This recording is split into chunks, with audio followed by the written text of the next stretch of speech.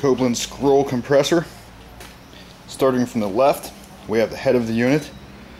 Next piece is the outer shell. Third piece in from the left, you can see the bottom. We have the rotor, and we found a loose counterbalancer. I don't know if you can see that wiggling in the video, but there's probably about a 32nd of an inch play on that counterbalancer. We have the windings. Still no signs of electrical fault.